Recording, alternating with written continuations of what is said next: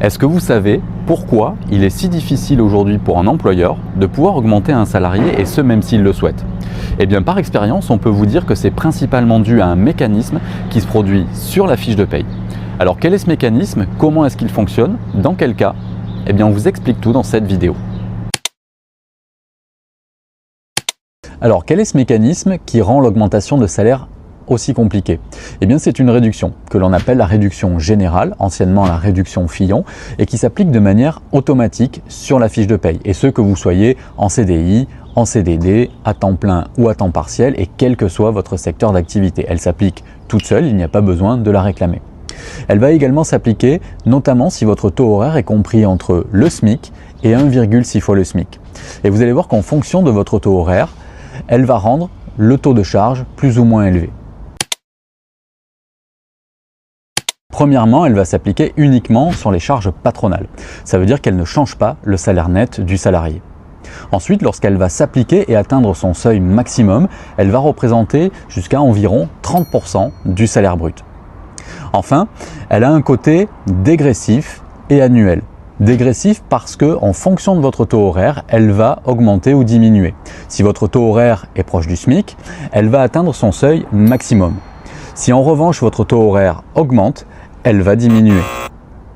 Également le côté annuel parce que si au fur et à mesure de l'année, vous gardez le même taux horaire, elle va rester également toujours aussi élevée. En revanche, si vous êtes augmenté dans le courant de l'année ou que vous percevez par exemple une prime, eh bien cela va augmenter votre rémunération, donc le taux horaire pris en compte dans le calcul de cette réduction, ce qui va donc vous faire perdre le bénéfice d'une partie de cette réduction, mais également à effet rétroactif sur les mois antérieurs. Alors concrètement, comment ça se traduit en chiffres? Eh bien on a pris l'exemple d'un salarié qu'on a mis au SMIC. Résultat, application totale de la réduction générale sur sa fiche de paye, 40% de charge pour l'entreprise. On a pris ensuite le même salarié qu'on a passé à 22 € brut de l'heure, c'est-à-dire au-delà du seuil de 1,6 fois le SMIC. Résultat, pas de réduction générale sur sa fiche de paye, 75% de charge au total pour l'entreprise. Donc vous voyez bien la difficulté pour un employeur de pouvoir augmenter le taux horaire de son salarié. Alors le réflexe à ce moment-là de beaucoup d'employeurs, c'est de se dire « Ok, je vais garder mon salarié au SMIC et je vais lui verser une prime à la fin de l'année pour l'augmenter. » Je crois qu'à fortiori, on est du même avis que Jean-Pierre. Sauf que ce qui va se passer, c'est que vous allez bénéficier de la réduction générale tout au long de l'année, tant que votre salarié est au SMIC.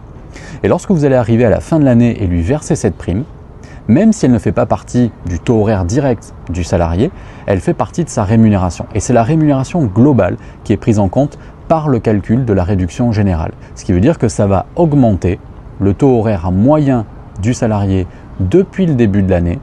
Ce qui veut dire que vous allez très certainement ne pas bénéficier de réduction générale sur cette fiche de paye, mais qu'en plus vous allez avoir un rattrapage rétroactif en votre défaveur des réductions dont vous avez bénéficié sur les mois précédents.